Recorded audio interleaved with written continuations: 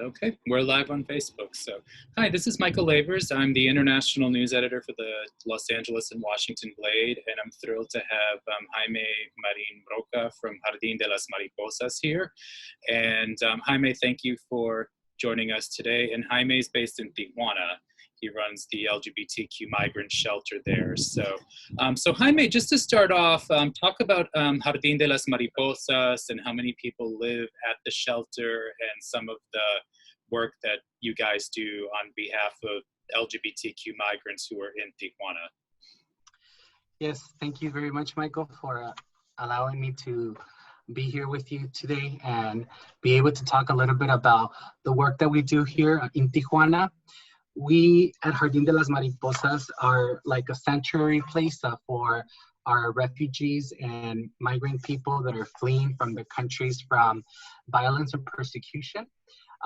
Also, we are a nonprofit organization that works with our LGBT community that suffers in substance abuse of drugs and alcohols, as well as people that are in situation of homelessness.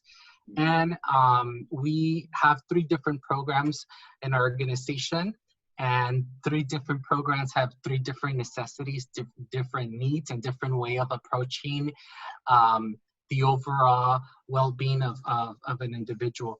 When I say that, it's because we don't only want to become a shelter that only provides food and provides just shelter. We also want to be able to be a place where this person can go and get all the benefits, like as the LGBT community in Los Angeles, as the LGBT community in San Diego. I'm not sure in Washington, D.C. you guys have an LGBT community center, but we want to be that. We want to be a place where the president comes, they have a shelter to stay, they have a food to eat, but also they have a medic to be seen. They also have a clinic. They also have individual therapy, group counseling. We have narcotics and Alcoholics Anonymous groups that are institutionalized. We also have we have a lot of services, and we're implementing more as it comes, but everything's a big challenge since the border is closed and since COVID hit our city. It's been really difficult to continue with the progress that we're doing right now. And I understand that the shelter is under, I'm not necessarily keen on the word lockdown, but you're closed to outsiders basically at this point. Is that right? Yes, basically we're on level 3 in the pandemic, which means that the city's on lockdown. Not everybody in the city is respecting the rule, but the most majority of people, yes. And we have to be on lockdown because if we allow people from the outside come in with this, it's mostly likely that we're gonna spread an outbreak inside of the shelter, and we're trying to prevent that from happening. However, we do have a special room that prepare for people if somebody was to be somebody was to get this infectious disease, then we were going to isolate them from the rest of the population for the prevention of everybody else until they get translated to the nearest hospital or doctor to be seen. And how many people are currently living at the shelter, Jaime? Right now we have 21 persons living at the shelter. Okay. Yes. And, from which countries are they? From which countries today? Mostly they're from Guatemala, from Honduras, from El Salvador. We have people, including from Mexico, but that are from states that are very violent. They're states that are with a lot of control of the organized crimes. We also have countries from, we have people from Jamaica, I'm sorry. We have people from Jamaica, we have people from Russia, we have people from South America. So we have a very diverse people in our shelter. That's just, yeah. It fluctuates depending on the flow. And what's the primary reason for these folks to migrate to Tijuana? I imagine most of them at some point want to enter the United States, but why do they flee their countries of origin primarily? Michael, there's a systematic violence against our community. Our community are being discriminated in their countries, and there's a big stigma. I basically, it's various factors that determine why they're leaving. It's not only one specific thing. The discrimination, the stigma, the violence, the drugs, the gangs, the persecution. It's a lot of these people have been rejected by their families, by public institutions, by public health, by the education department, and basically that discrimination, isolation, basically keeps you in poverty for life, and basically they don't have the access to a better education. So what they do is that they learn how to survive in the conditions that they're in. So basically, a lot of them have been oriented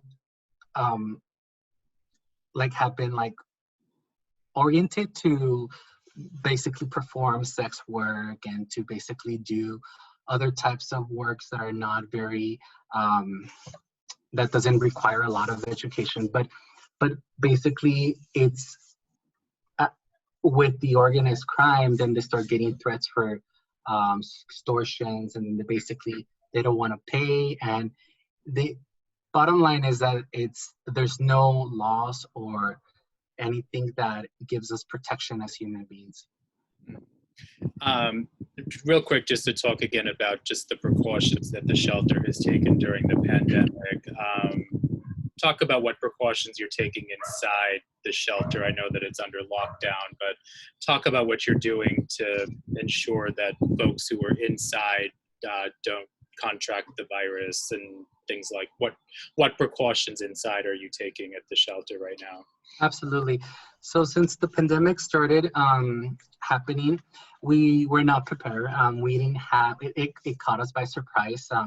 We basically had to ask for the help of organizations for food and cleaning supplies because we had a shortage in supplies in Tijuana. Basically, the people started reacting in a panic mode and started buying everything, and we ended up like having just the spare what they left, and basically thanks to the help of one of the organizations that it supports us, they started shipping cleaning supplies to us from the United States through Amazon, through packages, and we started getting the supplies. But a lot of people started helping us, a lot of organizations with masks. So we're basically wearing masks. We bought a thermometer to measure the temperature when they come in. Everybody's washing their hands when they come in. We have everybody their shoes, and we basically did like we did marks where people need to maintain their distance and we're just basically keeping it really really clean and try to be keep it sanitize everything, and we're doing everything what the health department in Tijuana asked us to do because we also got an inspection through them. We prepare a room for someone if was to get that. We have the cleaning supplies that are necessary for the spend. But not only that, we also adapted like a bathroom just specific for if someone was to get that. Mm-hmm. And we're waiting for 2 tents that are coming from Mexico City this week. We're gonna put those 2 tents outside so we can use it for doctors or nurses or for the isolation room.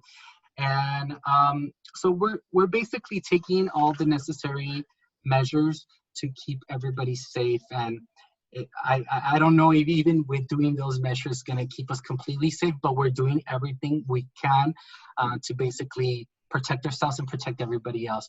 We don't want the health of our residents to be compromised because of not only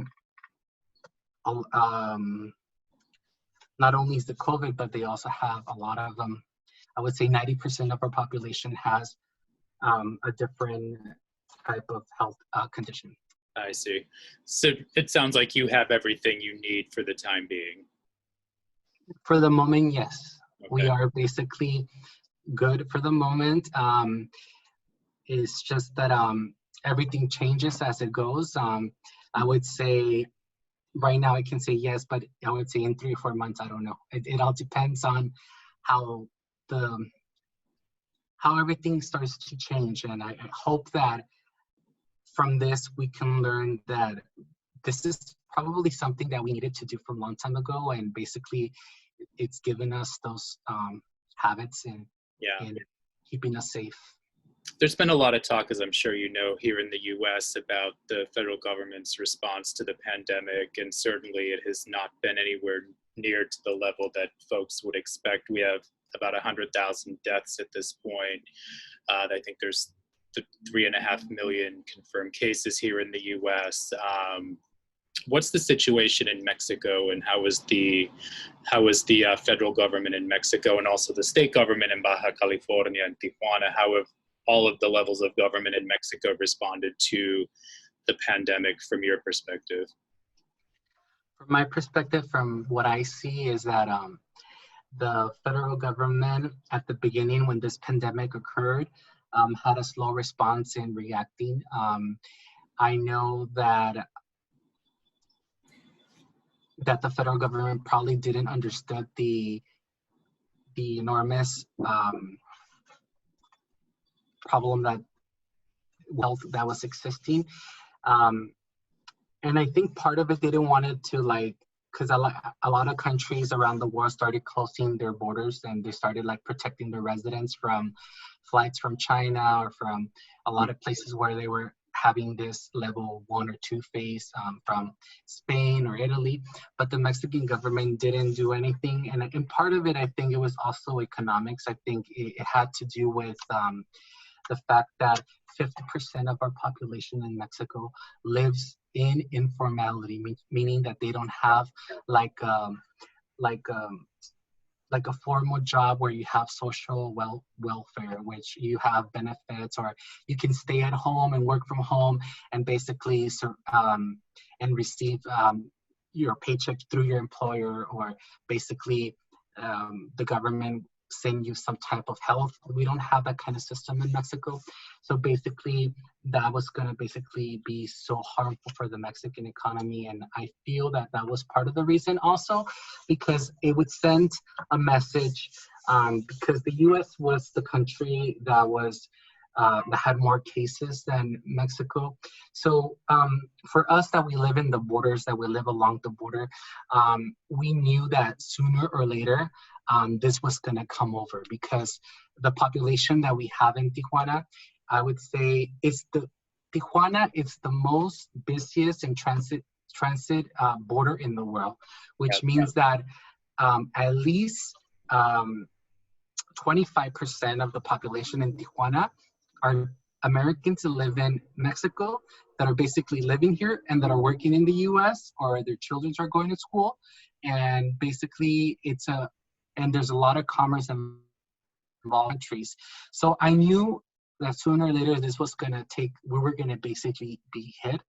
And our government in the state was not doing anything about anything.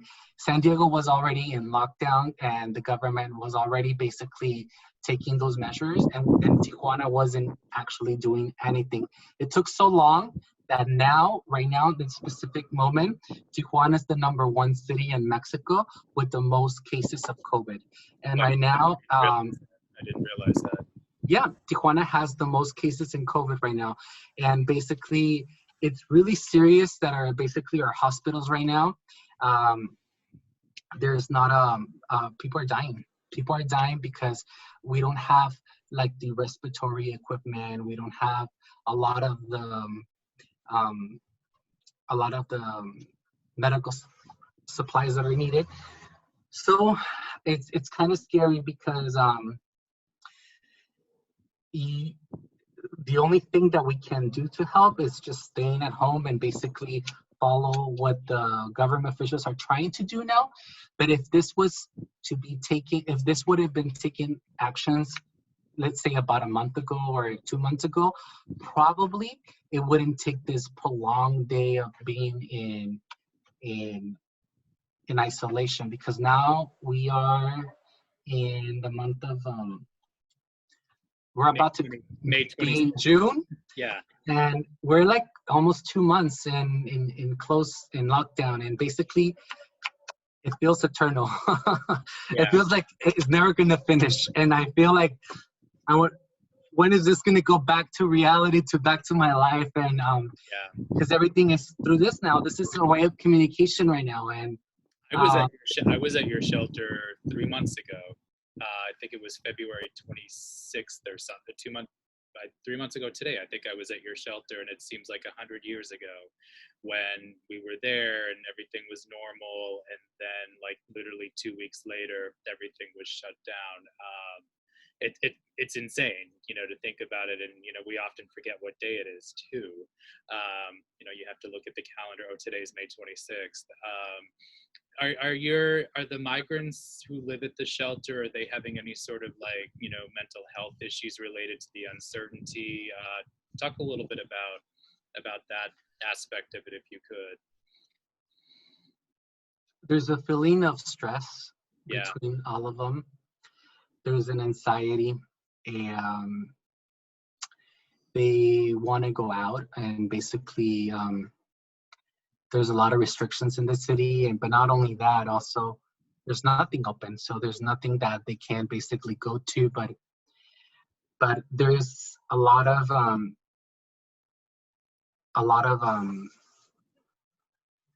emotional distress. So to keep them busy from that, we are basically having workshops every day, Monday through Saturday. We're having different organizations that are basically doing workshops one day for 2 hours, and we basically have other stuff going on. And everything is through this virtual workshops through Zoom. And they're quite busy right now, and basically that is really helping them a lot. We've been doing a lot of activities inside, but it has changed our lives in a way that that we have to basically adapt to this new situation that we're living in. But it's really difficult, including for us, including for myself, that it's the same amount of work that we have, but it's just more complicated, because now we have to basically we have to continue doing the same work, but everything has to be through the computer, through virtually. But it's just been a slow process on everything, because everything has slowed down for us, and including the donations that we receive from people that live in the US. They used to come and donate clothing. They used to come and donate food. They used to come and bring a lot of stuff, and that has stopped because of the border restrictions that are occurring right now, or the doctors that come and visit us from UCLA to basically follow up for their checkups or their medications or their hormones therapy and all that procedure. I know that aside from the border being shut down, and I don't know if that's going to open anytime soon, it's continuing to be extended, but talk about the impact specifically that situation has had on folks at the shelter who have asylum cases in the US. Are those also stopped for the time being, or are they still pursuing their asylum cases? during the lockdown? So right now, as the border is closed, they're not basically they're not taking anyone in, because there's also an outbreak at the detention centers in Otay and Yeah. also at different detention facilities, which means that a lot of our residents that were at Jardin, and they went into these detention centers, they ended up with COVID. And basically, after coming out from those detention facilities, they had to be on lockdown at a hotel or lockdown at different places. So I feel everything's closed for the moment, so meaning that their times of wait time here in Mexico is going to be longer. So we respect the normal wait time to stay is about 4 to 5 months. And then now we're looking to almost 10 months or almost close to a year in staying. So basically, because the numbers are not moving, and then also they're staying longer, and then there's more people that are coming because of this humanitarian crisis that is happening. So, which means that we're probably going to be we're probably going to have to end up like sending these people to other shelters to help us, or probably open like a secondary house for the moment to receive if it comes to a point that we don't have any more people to receive because of the situation. The numbers are now moving very quickly. And just to be clear, migrants are still coming to Tijuana even though the pandemic is still happening. So you're still receiving migrants at the shelter? We're not. We're being very. We started like basically going into lockdown and not receiving anyone, but it depends on the cases. Sometimes this person has been already in another shelter that with the same situations and the same precaution, and basically they get transferred to us, and we basically make the determination if they don't have any symptoms or anything to be in the shelter. So we've been receiving people like that. So we have about 5 or 6 more people new right now. So I see. but we're not basically like promoting that everybody comes in right now, because right now we don't know. We're not like specialists or people that are experts so that we can know right away if someone has COVID or not, or to be, because these symptoms you don't even like see them or until like, I don't know, like 10 days later or 14 days later. Yeah, and sometimes they might also be asymptomatic as well, and that's a whole nother thing as well.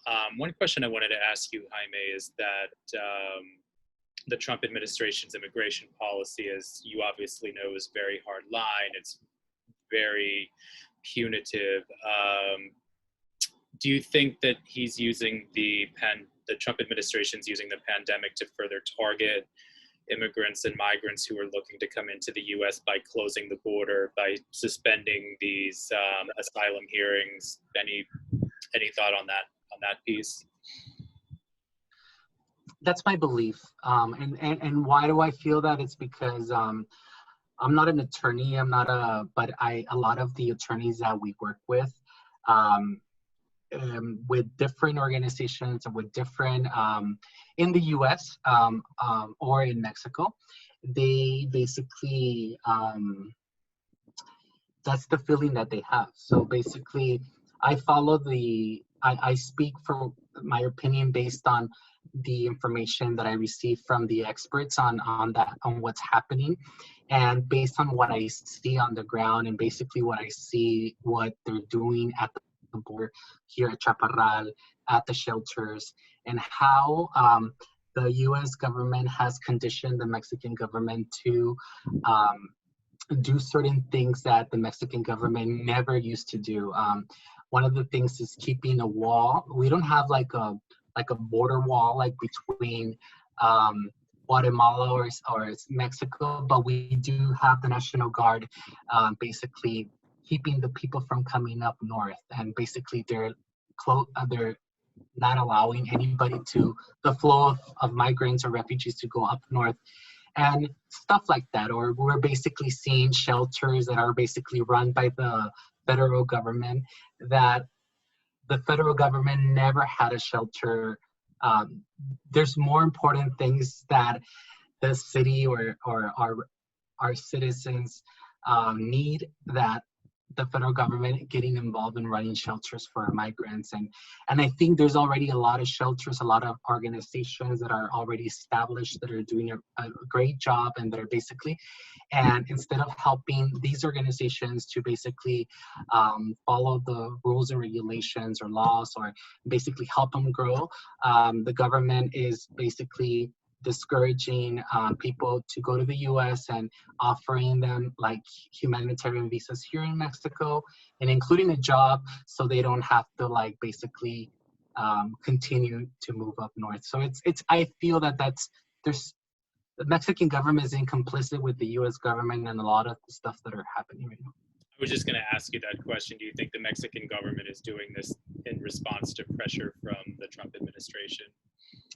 I think so. I think part of the trade agreement that that Donald Trump, President Donald Trump, signed with the Mexican president, it has to do with immigration was part of that deal, and so I feel probably the Mexican government is getting more money for doing this, and in doing these type of actions. It's really sad, because it's, in a way, the Mexican government accuses the US when the US is doing a lot of actions that are basically harming Mexican citizens. But when Mexican government does the same thing, there's nothing wrong with it, and I feel it's a double discourse speech, that you basically, for one thing, you say something like,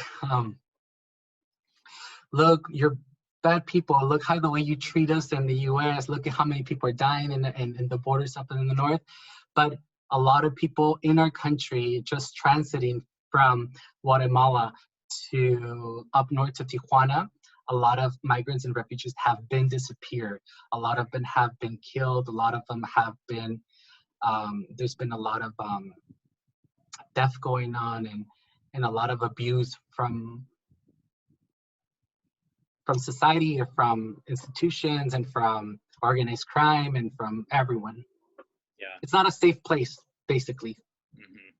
And then finally, just to wrap it up, Jaime, once everything starts to open up again, and it seems it doesn't seem very clear as to when that's going to be in Tijuana, but once everything starts to open up, what's going to happen next at the shelter? Will you be able to accept more migrants, or what are things going to look like once things start to open up finally in Tijuana at the shelter? I hope a reactivation of the economy here in Tijuana. A lot of people have lost their jobs, which meaning that a lot of our residents, that we were able to find them local jobs for them, so they can start working and earning a little bit of money. They don't have jobs anymore. So basically, I'm hoping that, why do I say that? Because if the local economy starts to reactivate, then we can basically take the next measures to basically move forward in our plan that we had before this pandemic occurred. But not only that, but also to be able to expand and accept more people. We want to be able to have be able to buy more beds, and expand our shelter, and do more improvements that we need to do, and basically continue to work the way we were working. So I'm hoping that by possibly August, this might be more normalized, and the border might be open. I don't know. It all depends on how the vibe is in the U.S. Hopefully, if the president decides to reopen the economy, with that, he should decide to reopen the borders, and basically everything starts to reactivate. But it's really hard to say, because everything changes from now until the next month or in the next few It weeks. almost changes by the day, too. Yes. As we know. Well, Jaime, I so appreciate your time, and thank you so much for taking time to talk with us, and good luck with everything at the shelter, and I hope to come back and visit sometime, hopefully not too far down the road. Thank you very much, Michael, and thank you, everybody. Yeah, thank you so much. You're welcome. Bye-bye. Have a good day. Cheers.